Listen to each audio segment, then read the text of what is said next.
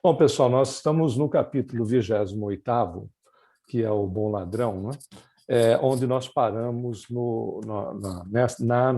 na, na página de número 144, no parágrafo que se inicia na hora sombria da cruz. Se todos já se localizaram, está aí na tela do KSSF.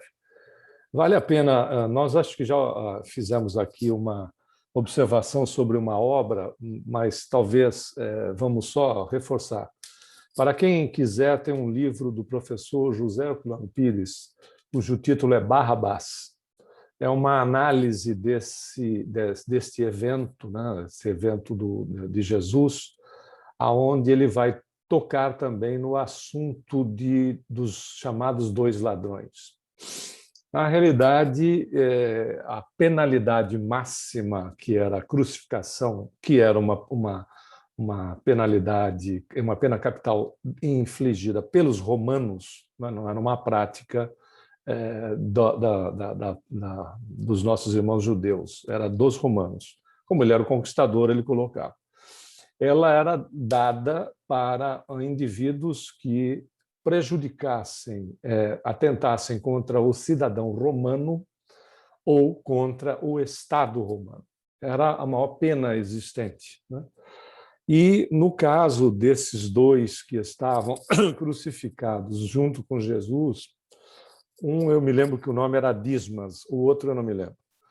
Eles não eram ladrões assim, salteadores de estrada. Eles pertenciam aos grupos revoltosos que lutavam, faziam guerra de guerrilha contra os romanos, né? Os conhecidos sicários. Sicário quer dizer apunhalador, porque é a guerra de guerrilha, eles se infiltravam entre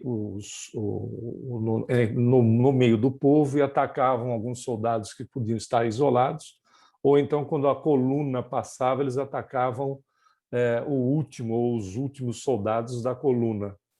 E eram conhecidos, então, como apunhaladores, né? Porque estavam misturados no meio do povo. Segundo o professor, esses dois eram pertencentes a... Pode ser que fossem até mesmo líderes revoltosos, como foi o caso do Barrabás, né? O Barrabás era um líder revoltoso. Então, você tem uma mescla desta situação da condenação de Jesus, porque Jesus não foi julgado, ele foi condenado, pura e simplesmente, né? Você não tem um julgamento ali. Quando o cara lava as mãos, etc., você tem uma condenação. É interessante notar que essas pessoas, os crucificados, né, esses dois, bem como o próprio Barrabás, se nós formos olhar, eles tinham um apelo muito forte junto à população, né? Uma população que estava por debaixo de um conquistador que era cruel. Então, veja, tem todo um contexto nessa história para a gente se aprofundar mais no assunto do que ficar com uma informação, por vezes, só vista por um aspecto, né? É bem interessante, porque se nós estivéssemos por debaixo de um conquistador e passando pelo que o povo passava, né? Porque se hoje a tirania já é complicada, imaginemos há mais de 2000 anos. O anseio, de uma maneira geral, era de se libertar. Por isso que você vê um Judas, que a gente já estudou, completamente equivocado. Desculpa a gente fazer essa abertura um pouco mais extensa, mas acho interessante porque, a partir de agora, ele vai narrar aspectos relativos ao evento, não necessariamente aos dois que estavam crucificados com Jesus. Se alguém quiser já acrescentar algum comentário de início, seria interessante. Humberto, eu acho que você colocou algo muito importante para que a gente possa contextualizar, porque todo esse sentimento de dominação sobre um determinado povo gera uma revolta e um ranço muito grande, né? Para se ter uma ideia, só para levar das devidas proporções, para quem conhece a Borgonha na França, ela foi dominada e conquistada pela França, né? E esse sentimento é tão profundo de revolta que Se o jogo do Brasil na Copa do Mundo tivesse acontecido na região da Borgonha, por isso que a Copa do Mundo na França foi Brasil e França, né?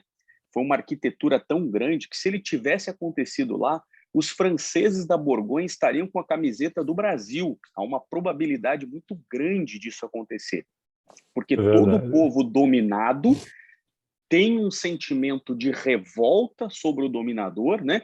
E não era diferente, talvez muito mais gritante, pelo que o Humberto colocou, pela severidade do Império Romano, mas, por outro lado, também tinha o sentimento judeu de ser o povo escolhido por Deus, né? Assim, eles acreditavam ser, né? Então, você imagina quanto era complexa aquela região, a tal ponto que culmina no ano 70 depois de Cristo, na Hégira judaica, que é praticamente a destruição total Do templo. dos judeus, né? Em E do geral, templo, né? E do do templo, que é o Templo de símbolo Salomão, máximo. que nunca foi reconstruído, né? Só foi o muro, né? Ficou só o Muro É das só o muro. Lamentações, É. agora tem um templo ali em cima, tem vamos dizer assim, um templo muçulmano, né? Mas nunca se voltou a esse templo, né? Para ter uma ideia do quão era complicada aquela região. Não era bolinho, não. E olha que o Império Romano estava acostumado a dominar povos, né? É interessante a sua observação, Ayrton, porque o nível de resistência, né? Tanto é que o grito de guerra do exército israelense é Massada nunca mais. Se deu naquele monte, né? Que é uma parte ali que se chama Massada, aonde imagina o que o Ayrton acaba de falar, né, em relação ao sentimento patriótico dos judeus no período da conquista romana foi algo assim inimaginável pelo exército romano, o período, o tempo de resistência que aquelas pessoas que estavam nesse monte, nesse local, tiveram contra os romanos, que acabaram, no final das contas, como não tinham provisões, etc., foi enfraquecendo pela fome e pela sede.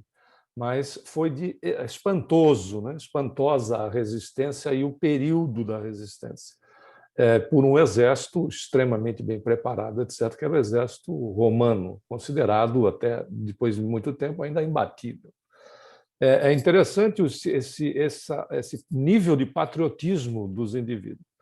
Então, casa muito com o fato do que o professor Herculano diz no livro, né? Que nós, de novo, o título é Barrabás, que muito provavelmente aqueles indivíduos podiam estar atendendo o apelo de uma maneira geral, da mesma forma que a gente citou o Judas como um sujeito equivocado por aquilo que o Ayrton coloca, né? Então, há um sentimento de patriotismo e, ao mesmo tempo, um orgulho gigantesco. Imagina, nós aqui do KSSF pensarmos que seríamos os eleitos de Deus e aí vem um grupo que nos sufoca. Né? Como é que nós nos sentiríamos? Isso é exemplo, né? Não quer dizer que, utilizando o conhecimento de hoje, nós temos que contextualizar. Né? Mas é exatamente isso. E é por isso que o povo escolhe o Barrabás em detrimento de Jesus. Não é porque eles que não acreditavam em Jesus ou qualquer outra coisa, é porque eles acreditavam na luta de Barrabás. Né? Esse é o ponto. Né? É o imediatismo da coisa. Vamos resolver isso já, né? Esse negócio de longo prazo, não é verdade? Porque se a gente olhar como transformação pessoal, né, que é conhecido como reforma íntima, eu prefiro transformação. Ele é um processo de longo prazo, né? E de longo prazo que se estende para outras existências, até dar continuidade na dimensão espiritual. Não dá para fazer uma mudança de uma hora para outra. E você tem os imediatistas da coisa. Nós estávamos falando, não sei se você já estava online, com a Lina, a respeito desse processo, e com o Ronaldo, desse processo de vacinação. Né? As questões imediatistas de alguns, né? O posicionamento contrário de outros, etc., trazendo aí complicações de novo. Veja, é do ser humano, a natureza não dá salto, as mudanças não acontecem de uma hora para outra. Por isso que o imediatismo, por vezes, atende de uma maneira a rigor, dá-se a impressão de ser mais objetivo e acaba trazendo as dificuldades que a gente conhece, né? Somado nesse caldo, o que era em Jesus e o que é hoje, os interesses, os líderes que manipulam as massas para o seu próprio interesse, muitas vezes, né? Então, é um caldo de cultura tão complexo que a gente não pode simplesmente ver que a escolha de Barrabás ou a crucificação de Jesus, os ladrões, ali de uma maneira muito superficial. Tem que tentar compreender a profundidade disso, né? Como a gente tenta compreender a profundidade desses atores que estão hoje no dia a dia vociferando contra ou a favor da vacina ou né? A gente tem que tentar, no momento, ter uma lucidez e sair do problema para tentar entender o todo, né? Bem colocado. Bom, vamos lá? Fizemos uma abertura aí considerável. Na hora sombria da cruz, disfarçado com vestes diferentes, Tomé acompanhou passo a passo o corajoso Messias. Estranhas reflexões surgiam-lhe no espírito.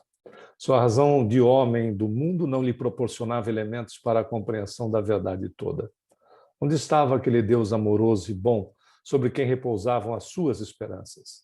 Seu amor possuiria apenas uma cruz para oferecer ao filho dileto? Por que motivo não se rasgavam os horizontes para que as legiões dos anjos salvassem do crime da multidão inconsciente e furiosa ao mestre amado? Veja, de novo, uma tentativa de transferência para terceiros a responsabilidade que nos compete. Está vendo o questionamento? Né? Por que não vem aí um caminhão de anjo aí, não resolve-se essa situação e senta o sarrafo nesse povo? Que providência era aquela que não se manifestava no momento oportuno? Durante 3 anos consecutivos haviam acreditado que Deus guardava todo o poder sobre o mundo. Não conseguia, pois, explicar como tolerava aquele espetáculo sangrento de ser o seu enviado, amorável e carinhoso, conduzido para um madeiro infamante, sob impropérios e pedradas. O prêmio do Cristo era, então, aquele monte de desolação reservado aos criminosos? Ansioso, o discípulo contemplou aquelas mãos que haviam semeado o bem e o amor, agora agarradas à cruz como 2 flores ensanguentadas. A fronte aureolada de espinhos era uma nota irônica na sua figura sublime e respeitável. Seu peito tremia, ofegante. Seus ombros deveriam estar pisados e doloridos. Valer a pena haver distribuído entre os homens tantas graças do céu? O malfeitor que assaltava o próximo era agora, a seu ver, o dono das demais duradouras compensações. Tomé se sentia como que afogado. Desejou encontrar algum dos companheiros para trocar impressões. Entretanto, não viu um só deles. Procurou observar se os beneficiados pelo Messias assistiam a seu martírio humilhante na hora final, lembrando de que ainda na véspera se mostravam tão reconhecidos e felizes com a sua santa presença. A ninguém encontrou. Aqueles leprosos que haviam recuperado o dom precioso da saúde, os cegos que conseguiram rever o quadro caricioso da vida, os aleijados que haviam cantado hosanas à cura de seus corpos defeituosos, estavam agora ausentes. Fugiam ao testemunho. Valera a pena praticar o bem? O apóstolo, mergulhado em dolorosos e sombrios pensamentos, deixava absorver-se em estranhas interrogações. Reparou que em torno da cruz estrugiam gargalhadas que reportavam ironias. O mestre, contudo, guardava no semblante uma serenidade inexcedível. De vez em quando, seu olhar se alongava por sobre a multidão, como querendo descobrir um rosto amigo. Sob as vociferações da turba amotinada, a Tomé parecia-lhe escutar ainda o ruído inolvidável dos cravos do suplício. Enquanto as lanças e os vitupérios se cruzavam nos ares, fixou os 2 malfeitores que a justiça do mundo havia condenado à pena última. Aproximou-se da cruz e notou que o Messias punha nele os olhos amorosos, como nos tempos mais tranquilos. Viu que um suor empastado de sangue lhe corria do rosto venerável, misturando-se com o vermelho das chagas vivas e dolorosas. Com aquele olhar inesquecível, Jesus lhe mostrou as úlceras abertas, como o sinal do sacrifício. Penosa emoção dominou a alma sensível do discípulo. Olhos enevoados de pranto, recordou os dias radiosos do Tiberíades. As cenas mais singelas do apostolado ressurgiam ante a sua imaginação. Subitamente, lembrou-se da tarde em que haviam comentado o problema da fé, parecendo-lhe ouvir ainda as elucidações do mestre com respeito à perfeita lealdade a Deus. Reflexões instantâneas lhe empolgaram o coração. Quem teria sido mais fiel ao Pai do que Jesus? Entretanto, a sua recompensa era a cruz do martírio. Absorto em singulares pensamentos, o apóstolo observou que o Messias lançava agora os olhos enternecidos sobre um dos ladrões, que o fixava afetuosamente. Nesse instante, percebeu que a voz débil do celerado se elevava para o mestre em tom de profunda sinceridade. Senhor, disse ele, ofegante, lembra-te de mim quando entrares no teu reino. O discípulo reparou que Jesus lhe endereçava então o olhar caricioso, ao mesmo tempo que aos seus ouvidos chegavam os ecos de sua palavra suave e esclarecedora. Vês, Tomé, quando todos os homens da lei não me compreenderam e quando os meus próprios discípulos me abandonaram, eis que encontro a confiança leal no peito de um ladrão. É interessantíssimo essa passagem, sobre todos os pontos de vista e, acima de tudo, sobre muita emoção.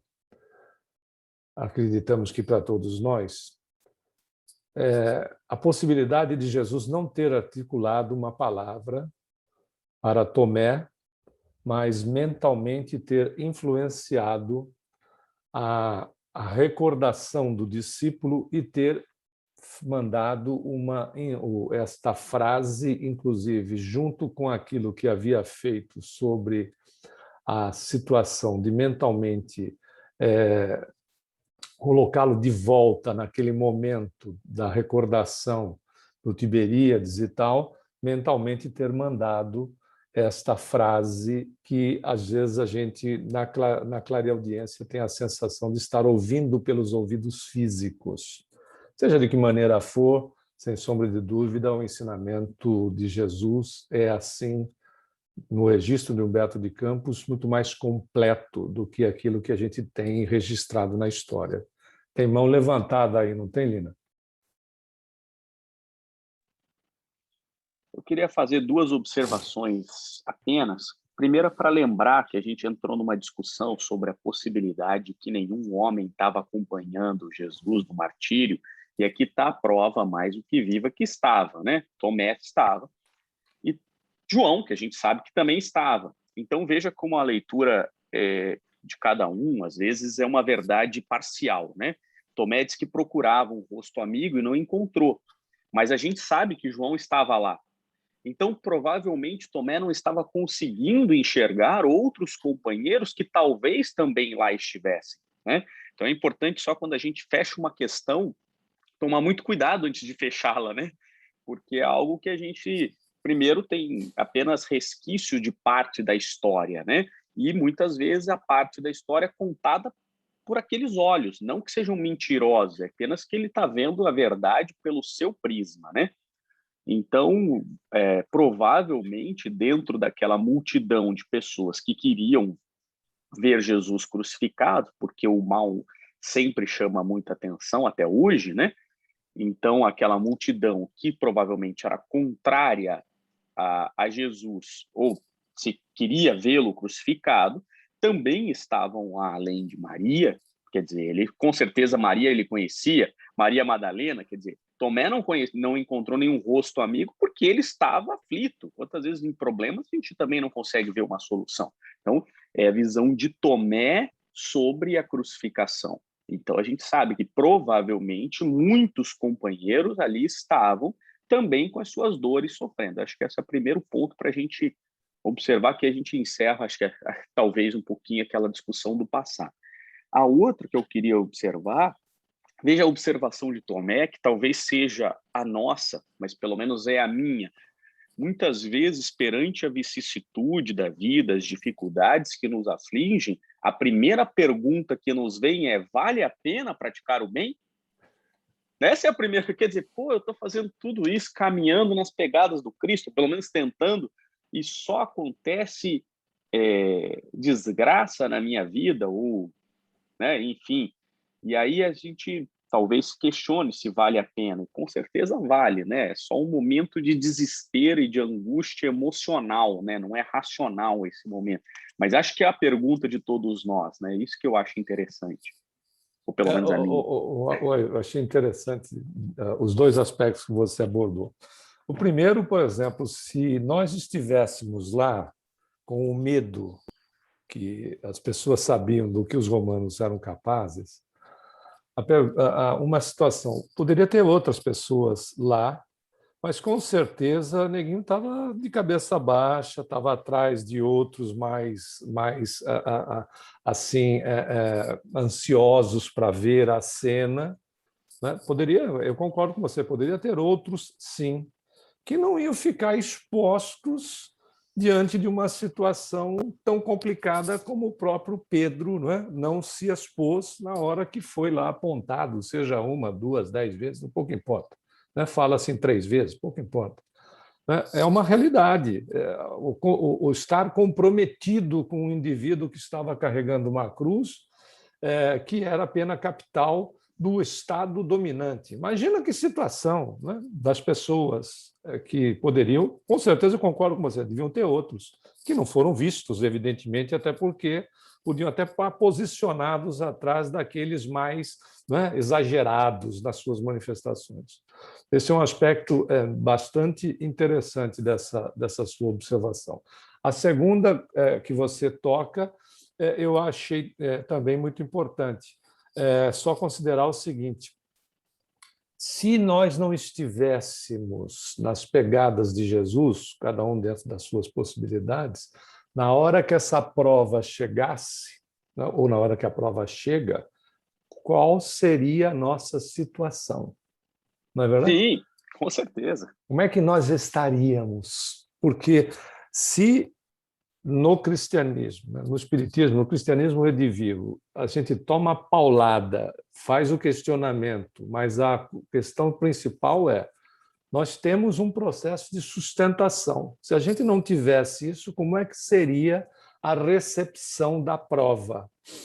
Muito provável, porque o que acaba acontecendo é que, se não existe acaso, quando nós recebemos uma prova, não importa de que jeito ela seja, é expiação, é prova, é tudo prova, naturalmente ela não está fora do âmbito da nossa administração. Senão nós não receberíamos, porque Deus, as leis de Deus são justas. Nós não vamos receber uma prova se nós não estamos preparados para ela. E essa preparação com Jesus, né, essa preparação com o Evangelho, nos fortalece para nós lutarmos, para nós, evidentemente, procurarmos minimizar ou eliminar a prova que nos aparece. Imaginemos essa mesma prova sem a relação com o Evangelho, sem a relação com Jesus, coloque aí bons espíritos, mentores, etc., seja o que for. Como é que seria a situação? Né? Veja como as coisas se encaixam no final. Né? Está de acordo com a nossa preparação, a recepção da prova que o indivíduo vai passar. Senão, não faria sentido. Agora, nós temos o direito de nos revoltar, de não nos resignarmos diante do processo que é a revolta, de reclamarmos, de dizer que Deus é injusto, de que nós não merecemos isso, blá, blá, blá, blá. Aí é um comportamento individual que está relacionado ao livre-arbítrio e é respeitável. Né? Ponto. Mas que ela não vem numa situação que nós não tenhamos como administrar, a prova não vem. Por isso que André Luiz é muito sábio no livro Sinal Verde, que ele diz que a gente contrai por atacado os problemas e depois paga em suaves prestações. Né? E como funciona o crédito? Né? Se você pode chegar, de repente, você acumula tanto crédito na sua vida que você pode chegar e saldar o valor total da dívida sem os juros, não é assim? Sim. Veja como o processo ele é inteligente.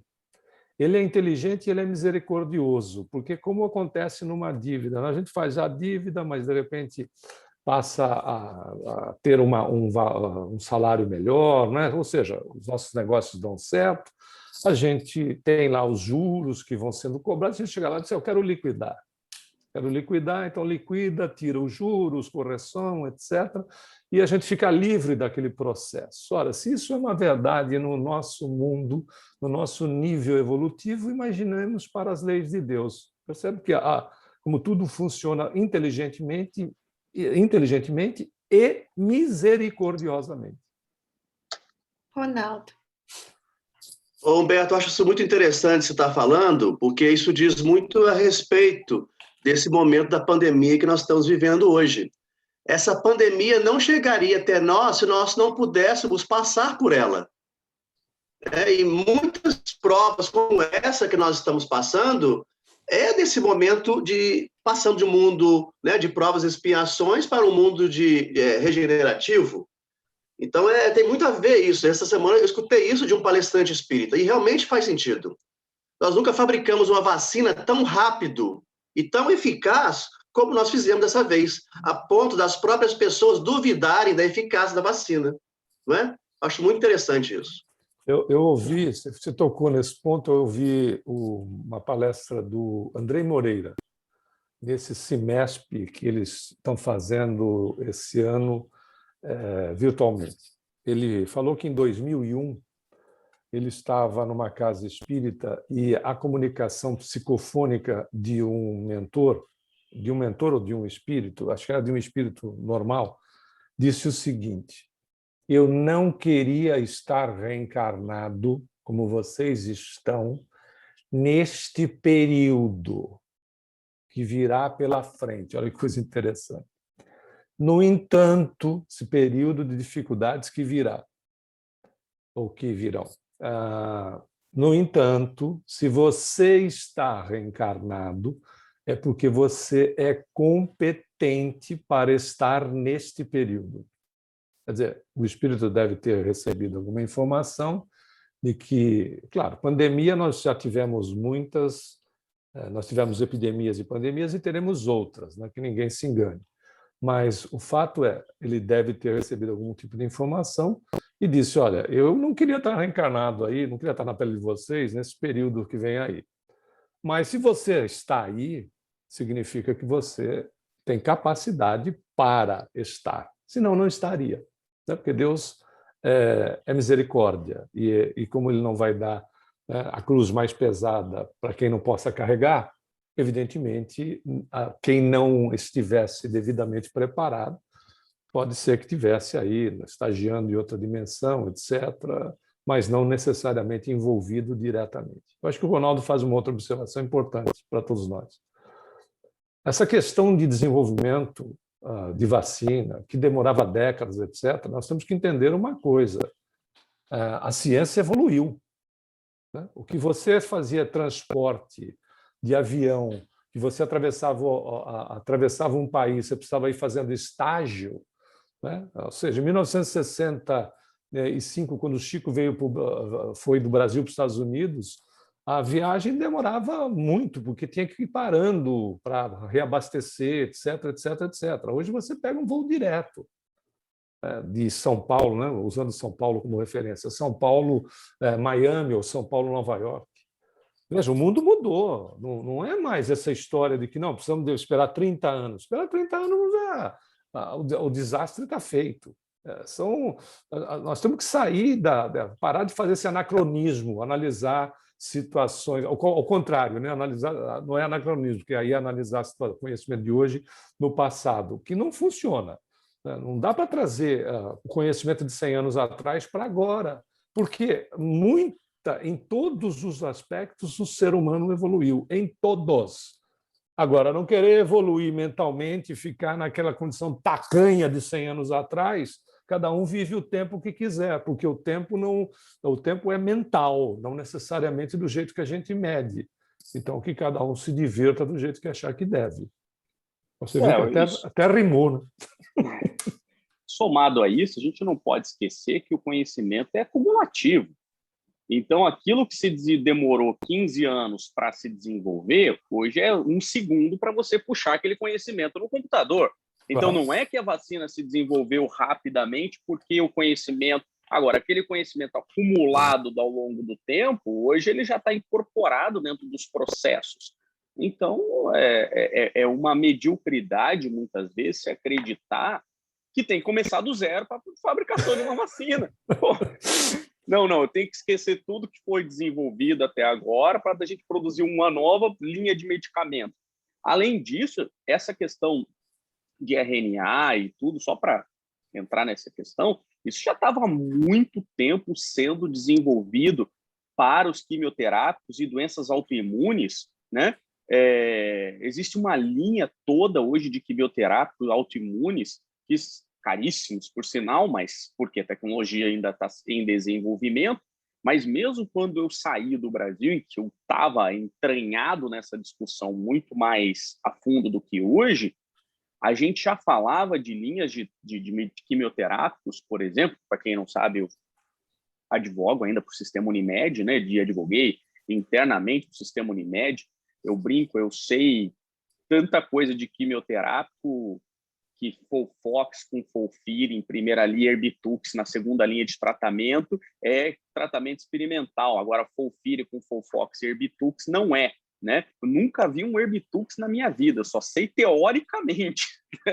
Não sei nem como é que é o medicamento, mas assim, só para ilustrar, existe uma linha de pesquisa muito avançada em medicamentos de doenças autoimunes. Então, um trabalho de RNA e tudo mais, quer dizer, então nada é do dia para a noite. A gente tem que pensar nesse conhecimento que foi desenvolvido no tempo e às vezes tentar passar para as pessoas, né, para as pessoas não ficarem nessa mediocridade. Lembra quando eu falo mediocridade, não é algo pejorativo, tá? Mediocridade é estar na média, né? Exato. Estar na média do conhecimento, né? Mas a gente tem que sair dessa média e tentar buscar algo a mais, né? O ponto você tem razão, é só ver quem estuda, é jovem há mais tempo, tinha que pesquisar na Barça, que se desatualizava. De um ano para outro já estava desatualizado. Você podia ter de um ano, mas no ano seguinte já estava desatualizado. Acho que o fator a internet acabou trazendo o benefício, mas do outro lado deu voz para tolos, que colocam informações que são mera opinião pessoal. Sim. E a opinião pessoal tem o valor, né? Lembrando até Kardec no Obras Póstumas, tem o valor de ser uma opinião pessoal só. Ele diz isso em relação aos espíritos, que a opinião de um espírito tem o valor por ser a opinião de um espírito, mas ela não passa de uma opinião. Então, não comprovado pela universalidade das comunicações. Isso é importantíssimo em matéria de doutrina e em matéria de vida, né? Porque e ciência, né? Isso é fazer ciência. Exatamente, dentro da própria proposta do Espiritismo. Então, veja, a gente tem que, quando recebe a informação, não é para ficar desatualizado, mas quando recebe a informação, buscar outras fontes. Nós não falávamos lá da questão dos ladrões com Jesus e tal, buscar também outras fontes. E aí tirar a conclusão que a gente acha que serve para nós. Que pode não ser verdadeira, como o próprio Ailton falou, mas que serve por um período. E quando surgir coisa melhor, que a gente esteja abertos, né? Sem preconceito, para poder assimilar aquilo que vem depois. Porque se botar preconceito, eu não aceito, não acredito, isso é postura de gente que não gosta de estudar, que gosta de ficar, como o Ailton colocou, na média. Né? Então, aí, quando vem a informação complementar, é claro, ela já está rechaçada por um processo, por uma padronização mental de limitação em si mesmo. Ninguém é limitado, porém, é justo querer limitar-se. Diga. Desculpa. Né? Não, se você... eu ia só continuar. Mas uma das coisas que eu usei durante muitos anos nas minhas defesas é um quadro sinótico do INCA, o INCA é o Instituto Nacional do Câncer, em que ele faz como é que funciona a pesquisa científica em medicamentos, né? E uma das formas que existe é a opinião baseada na conclusão de um único profissional de saúde, tá? E ele coloca que essa é a pior linha de tratamento. A melhor é a opinião baseada em estudos randomizados e globalizados, tá?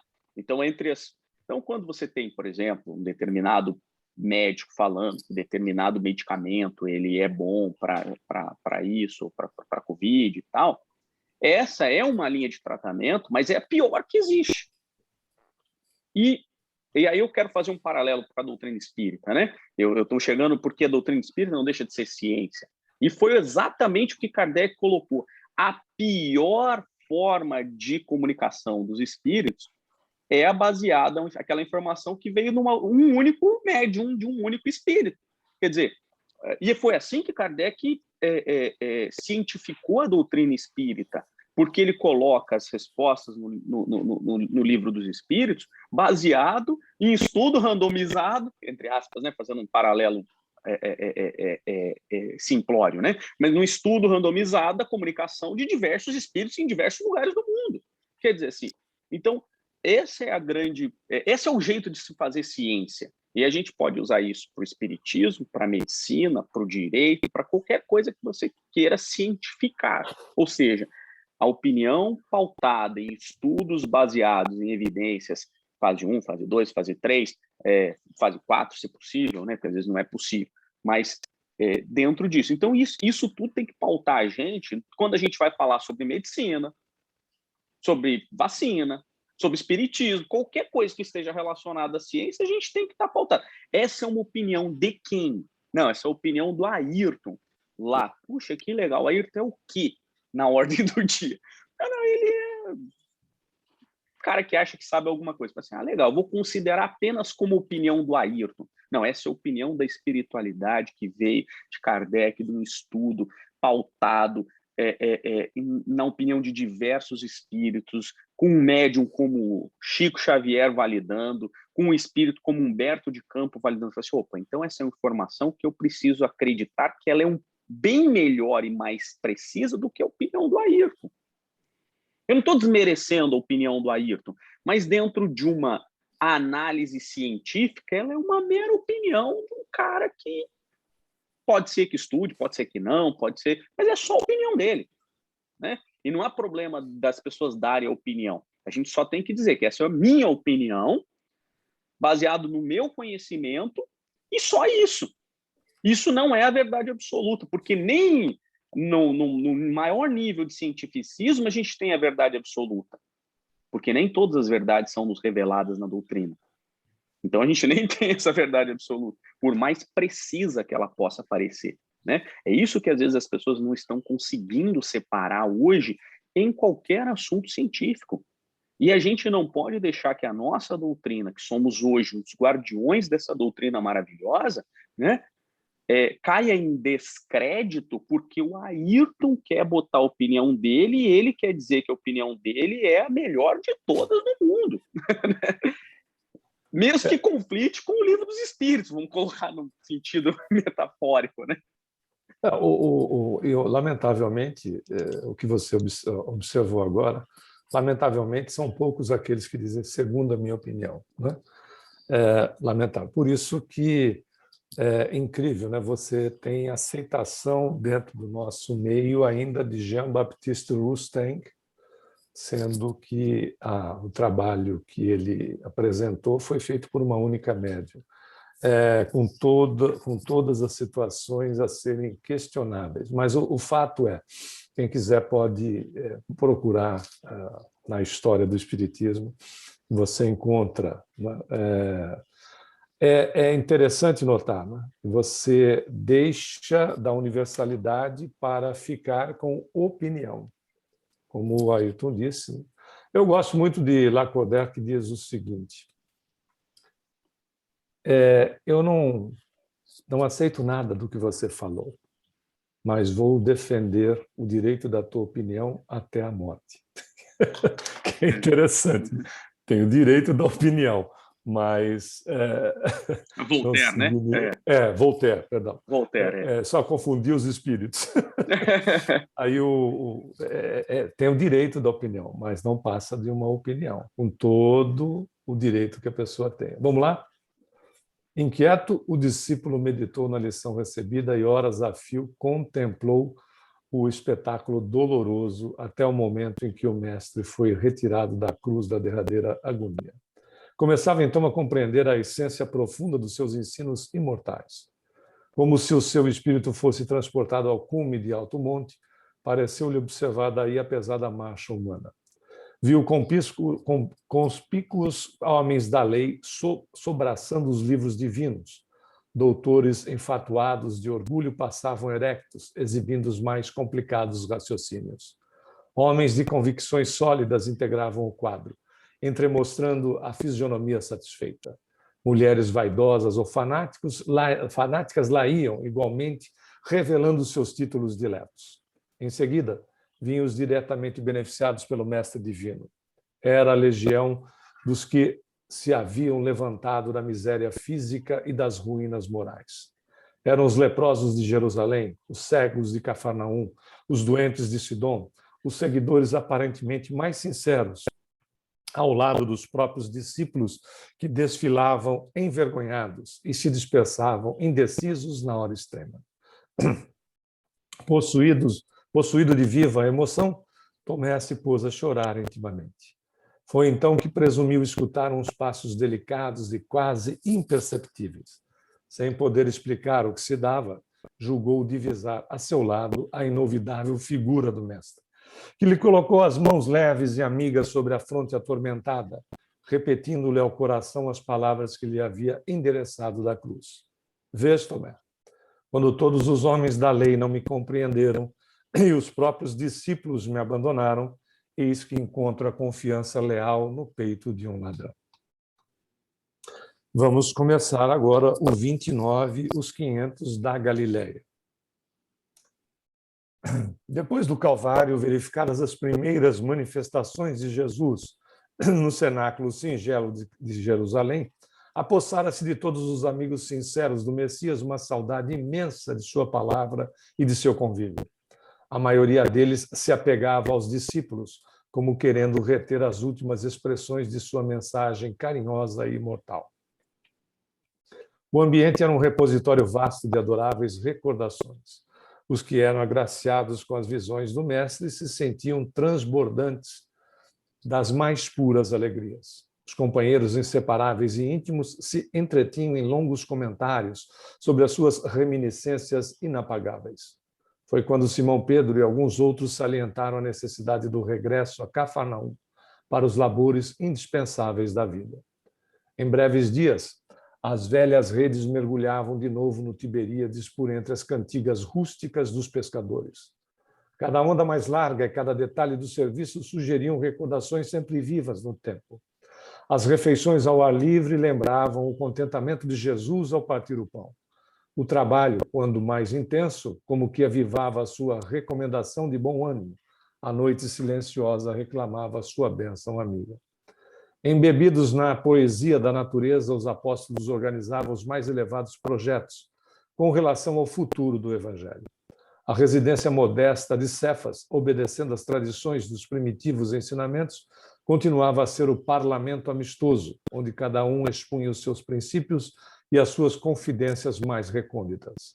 Mas, ao pé do monte, onde o Cristo se fizera ouvir algumas vezes, exaltando as belezas do reino de Deus e da sua justiça, reuniam-se invariavelmente todos os antigos seguidores mais fiéis, que se haviam habituado ao doce alimento de sua palavra inesquecível. Os discípulos não eram estranhos a essas rememorações carinhosas, e, ao cair da tarde, acompanhavam a pequena corrente popular pela via das recordações afetuosas. Falava-se vagamente de que o mestre voltaria ao monte para despedir-se. Alguns dos apóstolos aludiam às visões em que o Senhor prometia fazer de novo vida à sua palavra num dos lugares prediletos das suas pregações de outros tempos. Numa tarde de azul profundo, a reduzida comunidade de amigos do Messias, ao lado da pequena multidão, reunia-se em preces no sítio solitário. João havia comentado as promessas do Evangelho, enquanto na encosta se amontoava a assembleia dos fiéis seguidores do Mestre. Viam-se ali algumas centenas de rostos embevecidos e ansiosos. Eram romanos de mistura com judeus desconhecidos, mulheres humildes conduzindo os filhos pobres e descalços, velhos respeitáveis, cujos cabelos alvejavam da neve dos repetidos invernos da vida. Nesse dia, como que a antiga atmosfera se fazia sentir mais fortemente, por instinto, todos tinham a impressão de que o Mestre voltaria a ensinar as bem-aventuranças celestiais. Os ventos recendiam suave perfume, trazendo as harmonias do lago próximo. Do céu muito azul, como em festa para receber a claridade das primeiras estrelas, parecia descer uma tranquilidade imensa que envolvia todas as coisas. Foi nesse instante de indizível grandiosidade que a figura do Cristo assomou no cume iluminado pelos derradeiros raios do sol. Era ele. Seu sorriso desabrochava tão meigo como ao tempo glorioso de suas primeiras pregações. Mas de todo o seu vulto se irradiava a luz tão intensa que os mais fortes dobraram os joelhos. Alguns soluçavam de júbilo, presas das emoções mais belas de sua vida. As mãos do Mestre tomaram a atitude de quem abençoava, enquanto um divino silêncio parecia penetrar a alma das coisas. A palavra articulada não tomou parte naquele banquete de luz imaterial. Todos, porém, lhe perceberam a amorosa despedida, e no mais íntimo da alma lhe ouviram a exortação magnânima e profunda. Amados, a cada um se afigurou escutar na câmara secreta do coração. Eis que retorno à vida em meu Pai para regressar à luz do meu reino. Enviei meus discípulos como ovelhas ao meio de lobos e vos recomendo que lhes sigais os passos no escabroso caminho. Depois deles, é a vós que confio a tarefa sublime da redenção pelas verdades do Evangelho. Eles serão os semeadores, vós sereis o fermento divino. Instituo-vos os primeiros trabalhadores, os herdeiros iniciais dos bens divinos. Para entrardes na posse do tesouro celestial, muita vez experimentareis o martírio da cruz e o fel da ingratidão. Em conflito permanente com o mundo, estareis na terra fora de suas leis implacáveis e egoístas, até que as bases do meu reino de concórdia e justiça se estabeleçam no espírito das criaturas. Negai-vos a vós mesmos, como neguei a minha própria vontade na execução dos desígnios de Deus, e tomai a vossa cruz para seguir-me. Séculos de luta vos esperam na estrada universal. É preciso imunizar o coração contra todos os enganos da vida transitória para a soberana grandeza da vida imortal. Vossas sendas estarão repletas de fantasmas de aniquilamento e de visões de morte. O mundo inteiro se levantará contra vós, em obediência espontânea às forças tenebrosas do mal que ainda lhe dominam as fronteiras. Sereis escarnecidos e aparentemente desamparados. A dor vos assolará as esperanças mais caras. Andareis esquecidos na terra, em supremo abandono do coração. Não participareis do venenoso banquete das posses materiais. Sofrereis a perseguição e o terror. Tereis o coração coberto de cicatrizes e de ultrajes. A chaga é o vosso sinal. A coroa de espinhos, o vosso símbolo. A cruz, o recurso ditoso da redenção. Vossa voz será do deserto, provocando muitas vezes o escárnio e a negação da parte dos que dominam na carne perecível. Mas, no desenrolar das batalhas incruentas do coração, quando todos os horizontes estiverem abafados pelas sombras da crueldade, dar-vos-eis da minha paz, que representa a água viva. Na existência ou na morte do corpo estareis unidos ao meu reino. O mundo vos cobrirá de golpes terríveis e destruidores, mas de cada uma das vossas feridas retirarei o trigo luminoso para os celeiros infinitos da graça, destinados ao sustento das mais ínfimas criaturas. Até que meu reino se estabeleça na terra, não conhecereis o amor no mundo. Eu, no entanto, encherei a vossa solidão com a minha assistência incessante. Gozarei em vós, como gozareis em mim, o júbilo celeste da execução fiel dos desígnios de Deus. Quando tombardes sobre as arremetidas dos homens ainda pobres e infelizes, eu vos levantarei no silêncio do caminho, com as minhas mãos dedicadas ao vosso bem. Sereis a união onde houver separatividade, sacrifício onde existir o falso gozo, claridade onde campearem as trevas, porto amigo, edificado na rocha da fé viva, onde pairarem as sombras da desorientação. Sereis meu refúgio nas igrejas mais estranhas da terra, minha esperança entre as loucuras humanas, minha verdade onde se perturbar a ciência incompleta do mundo. Amados, eis que também vos envio como ovelhas aos caminhos obscuros e ásperos. Entretanto, nada temais. Sede fiéis ao meu coração como vos sou fiel. E o bom ânimo representará a vossa estrela. Ide ao mundo, onde teremos de vencer o mal. Aperfeiçoemos a nossa escola milenária, para que aí seja interpretada e posta em prática a lei de amor do nosso Pai, em obediência feliz à sua vontade augusta. Sagrada emoção senhoreara-se das almas em êxtase de ventura.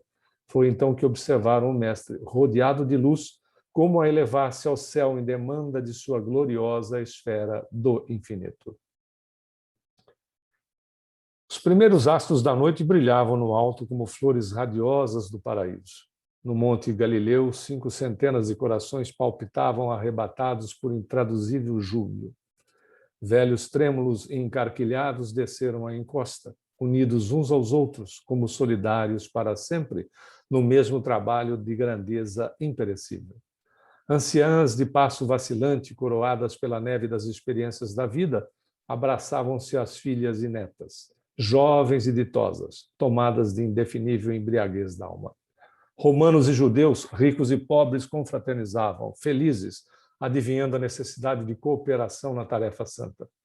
Os antigos discípulos, cercando a figura de Simão Pedro, choravam de contentamento e esperança. Naquela noite de imperecível recordação, foi confiado aos 500 da Galileia o serviço glorioso da evangelização das coletividades terrestres, sob a inspiração de Jesus Cristo. Mal sabiam eles, na sua mísera condição humana, que a palavra do Mestre alcançaria os séculos do porvir. E foi assim que, representando o fermento renovador do mundo, eles reencarnaram em todos os tempos, nos mais diversos climas religiosos e políticos do planeta, ensinando a verdade e abrindo novos caminhos de luz através dos bastidores eternos do tempo. Foram eles os primeiros a transmitir a sagrada vibração de coragem e confiança aos que tombaram nos campos do martírio, semeando a fé no coração pervertido das criaturas. Nos circos da vaidade humana, nas fogueiras e nos suplícios, ensinaram a lição de Jesus com resignado heroísmo. Nas artes e nas ciências, plantaram concepções novas de desprendimento do mundo e de belezas do céu. E no seio das mais variadas religiões da Terra, continuam revelando o desejo do Cristo, que é de união e de amor, de fraternidade e concórdia. Na qualidade de discípulos sinceros e bem-amados, desceram aos abismos mais tenebrosos, redimindo o mal com seus sacrifícios purificadores, convertendo com as luzes do Evangelho a corrente da redenção, os espíritos mais empedernidos. Abandonados e desprotegidos na terra, eles passam, edificando no silêncio as magnificências do reino de Deus nos países dos corações e multiplicando as notas de seu cântico de glória por entre os que se constituem instrumentos sinceros do bem com Jesus Cristo, formam a caravana sublime que nunca